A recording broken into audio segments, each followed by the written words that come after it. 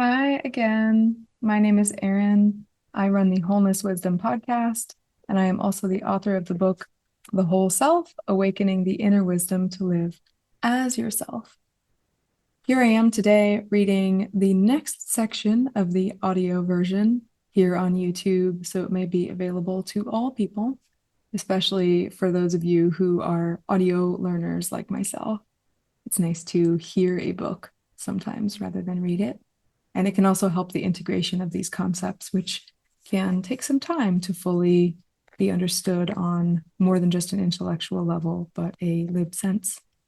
So this book, Awakening the Inner Wisdom to Live as Yourself, the Whole Self, is about really learning how to differentiate between the felt sense of separateness and the sense of lack in one's life, between that and something more fundamental, something more real, which I would call the whole self. And learning that it is possible to live as that whole self without going through self-improvement and trying to gain and become something better.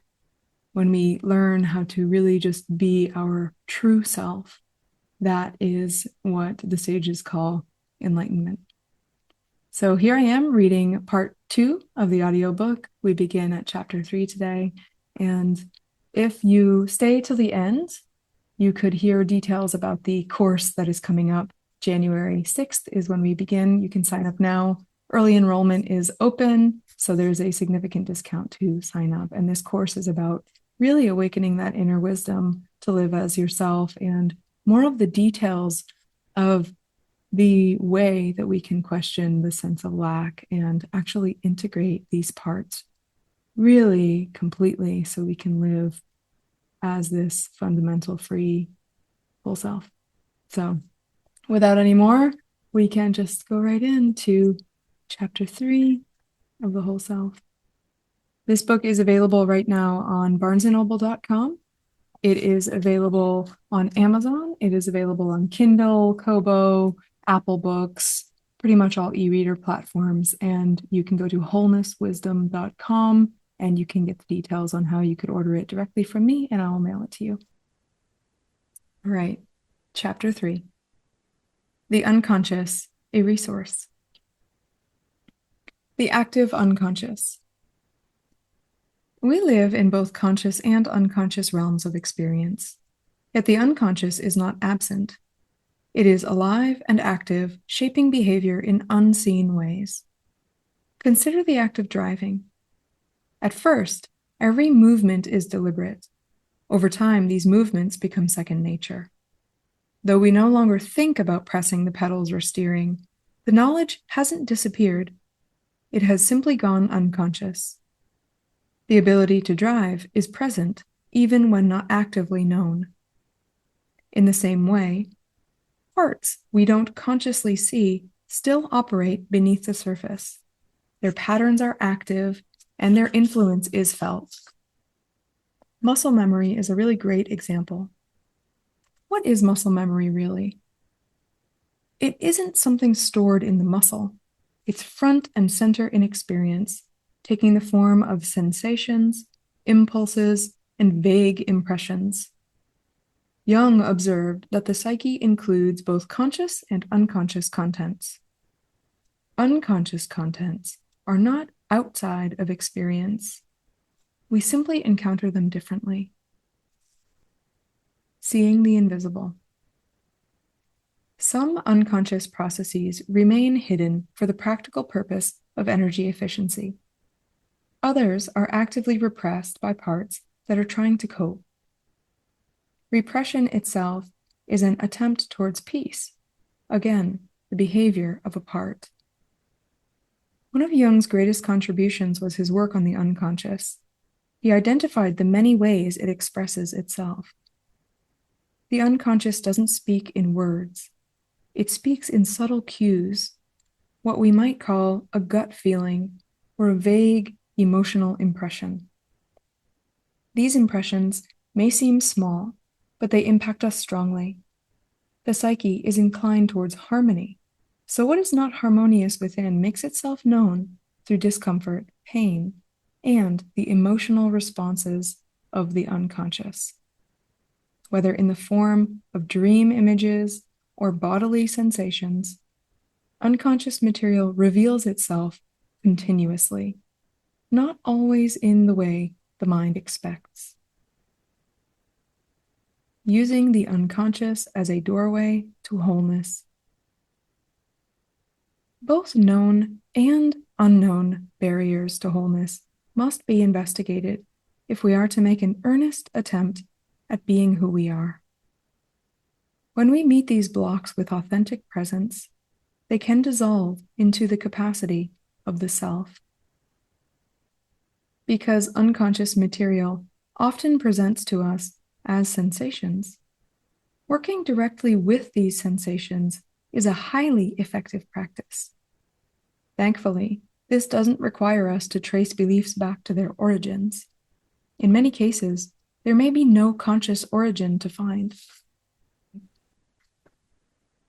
Instead of exhausting ourselves trying to understand everything intellectually, we can recognize the freedom that comes from letting go of that need. This surrender marks a profound maturity. Before beginning any inner exploration, it can be helpful to consciously set the intellect aside. Find an invitation that feels right to you. An example of this may sound something like, "This is a space for subtle experience. Thought and memory are invited to rest in the background now, as I invite listening and presence for what is here." This kind invitation clears space for a deeper kind of listening, not listening for anything, but listening in an undirected way. This listening places us at the awake and attentive center of a field of consciousness that hears. Chapter 4: The Illusion of Separateness. A shared origin. All people share the same origin, birth from a womb into experience. When observing a young child, it's clear they experience the world differently than older children and adults. This difference lies in their unconditioned state. Newborn babies interact with their mothers as if she were their own body. For the baby, when a toy leaves the field of view, it no longer exists. When a baby explores a color, a texture, another person's face, or their own body, we witness wonder and awe, pure awareness. This total presence is contagious. People love witnessing babies because it reminds us of our infinite capacity. It also gives us insight into what is not present for the infant, namely separation. This wonderful freedom is our natural state. Around the age of 2, most children begin to express a shift in perspective. They begin to differentiate themselves from their surroundings. The structure of I forms around ideas of right and wrong, good and bad, wanted and not wanted. Though conceiving our environment has many advantages, it is important to recognize that all people share the same origin of pure awareness, not separate from anything. In returning to this origin, we're not finding a new self. We are remembering an essential self that has been forgotten. By removing layers of conditioned identity, we find wholeness at the center. Contraction wants to relax into the spaciousness we are born knowing. This process is merely an invitation for tension to return to its natural state. Integrating the blocks to our whole self makes it possible to experience unconditioned awareness all the time. This is possible without sacrificing resourcefulness or functionality. Awareness is not part of duality. Exploring wholeness begins with recognizing what is fragmented and noticing what is constant. Fragmentation is dualistic. Dual means two, implying separation. Anything dual can be defined and measured.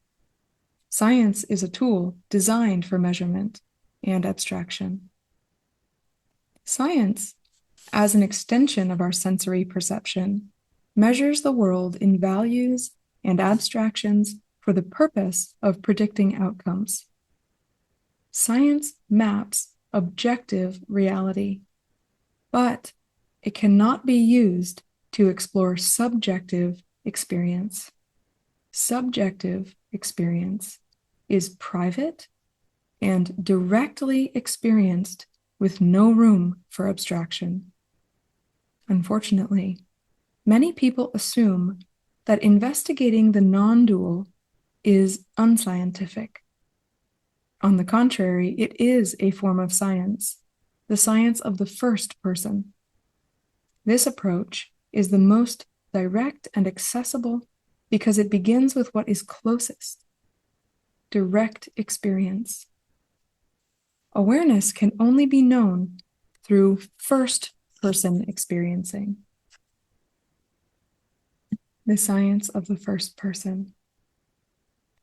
Just as a map is used to explore a specific region, third-person science explores an objective world. But the map is not the territory. The scientific process is objective and predictive, but subjective exploration is directly perceived and immediate. The science of the first-person experience emphasizes perception over measurement. In self-inquiry, noticing our direct perceptions becomes a kind of map that guides us back to the richness of the territory, our own experience. At the core of experience lies the self that is infinite, and we do not need to go somewhere to find it. The territory is closer than close. Chapter 5. Awareness in daily life. Living as awareness. Some frameworks describe awakening in stages. One such model maps this progression as follows. Life happens 1, to me. Life happens 2, for me. Life happens 3, by me. Life happens 4, as me. This last stage, as me, can be realized with a simple glimpse of our true nature. Being non-linear, these stages may not happen as the mind expects they will. Though parts of us may experience awakening as a progression, the truth of life happening as me is always present, even when parts are unaware of it. Awareness is not limited even by time. Awareness is already here, already whole. We don't need to build or progress toward it. We only recognize it if it wants to be known. Losing interest. Living as awareness, or life as me, or the true self, doesn't rely on personal advancement. This unfolds according to a natural movement. As noticing continues to occur more often, life wakes up to itself, and what we used to think of as a personal self is present to enjoy the ride. Some spiritual traditions offer helpful pointers that sometimes hasten our recognition of this truth. Over time, this recognition becomes preferred, not through effort, but through increased curiosity. This shift often leads to a gentle loss of interest in limited perspectives. Instead of striving or forcing change, we simply stop caring about the false view. This is effortless, natural, and freeing. Direct experience reveals our completeness and makes this path attractive, easy, and worthwhile.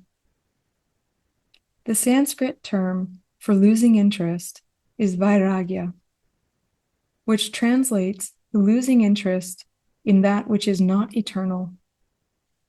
Ironically, after losing interest in this way, many people report richer depth of feeling, more intimate relationships, and increased joy. The final stage of maturity. Children are often asked what they want to be when they grow up. They learn to equate self-worth with identities and accomplishments. But what if they were taught to acknowledge and celebrate the simple fact of being? True maturity goes beyond concepts of self. To reach it, we must recognize and let go of false identities. Conceiving oneself is an abstraction. Perceiving the self is reality.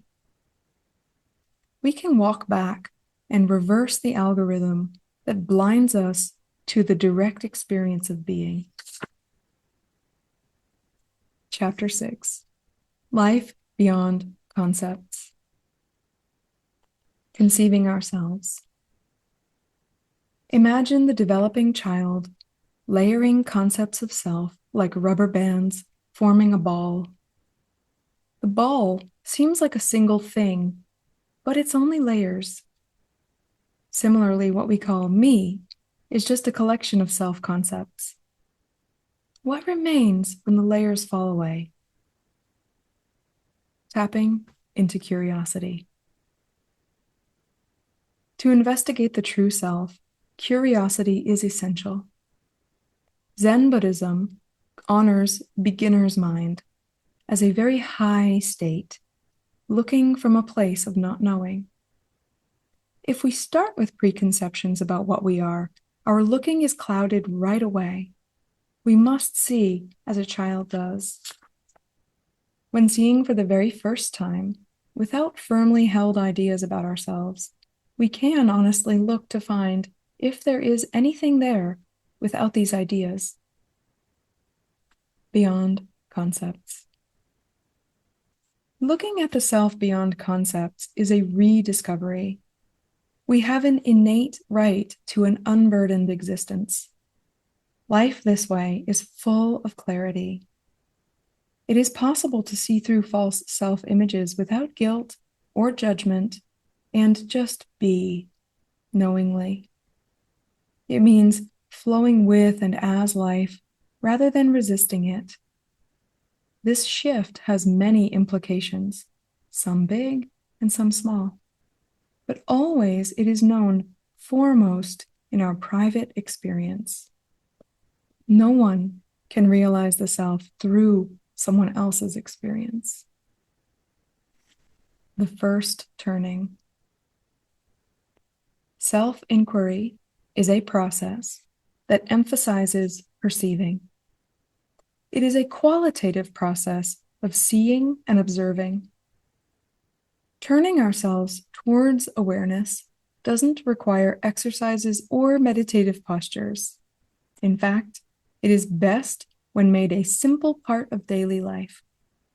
Sticky note reminders, brief moments of checking in, or simply resting as awareness before falling asleep are all ways to familiarize checking into the presence of awareness throughout the day. The simplest way is to ask, am I aware of awareness? And perceive the capacity of awareness directly. Misconceptions about awareness. Awareness doesn't take special levels of wisdom or experience to reach. A baby is born with awareness, and awareness is here for every moment of our lives. Awareness is a fact and requires no effort. It cannot be gained or lost. It doesn't need improvement. It already is. In deep sleep, there is awareness in and through the body. Even with zero memory of deep sleep, we do not cease being. Awareness is the same as being. Some people confuse awareness for thinking, and this is a misconception. Thinking depends on being aware, while awareness always is, with or without thought. Another confused idea about awareness is that awareness and attention are the same thing. Attention is not necessary for awareness and does not improve it. This is what many types of meditation intend to reveal. Many seekers try to cultivate awareness through effort, and this is based on confused thinking. Practices are for attention, not awareness. Practices are not for self-improvement. Awareness is already complete in itself and cannot be improved. Attention, however, can be redirected and trained. Practices can help redirect attention inward, which is useful because attention is habitually outward going. Training attention can be done for reasons other than self-improvement. The motivation can come from a desire to see oneself fully. The idea of self-improvement is a barrier to wholeness. Self-improvement implies a lack, while turning toward oneself completely is an act of total inclusivity coming from love. Even without the experience of love, there can be a momentum for practices fueled by the desire for truth. When arriving at this truth, it is likely that the motivation to improve oneself changes or completely dissolves. So I'll stop there.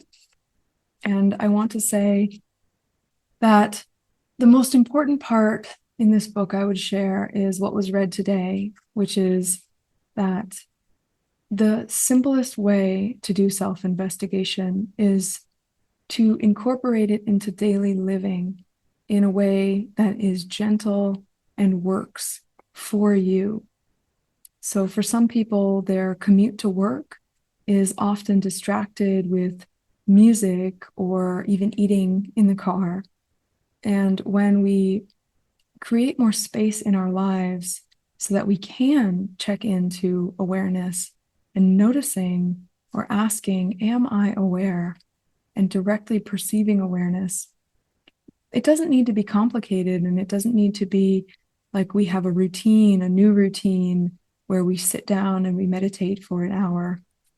It can be 5 minutes, or it can just be creating those more soft and quiet spaces in our daily routine that's already happening, like driving to work or making ourselves a meal, where we just take away one little piece of the stimulation or the distraction so that we may ask these questions and perceive awareness directly.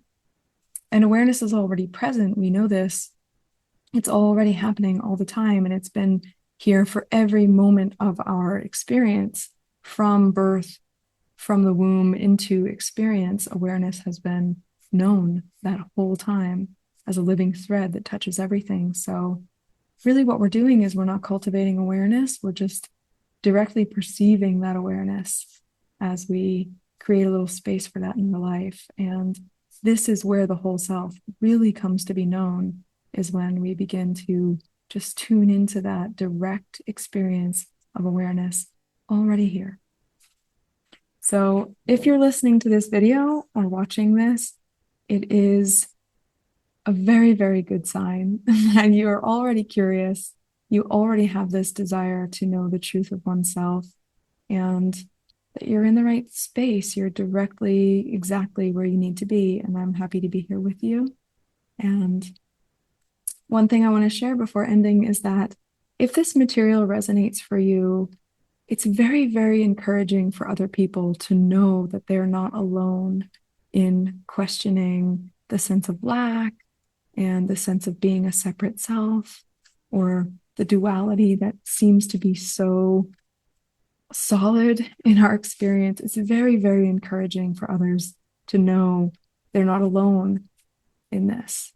So if this resonates for you, I would very much appreciate you liking this video or adding a little comment that you're on this path, or maybe you've just stumbled upon this and it's new to you, but there's a curiosity inside that is just kind of sparked.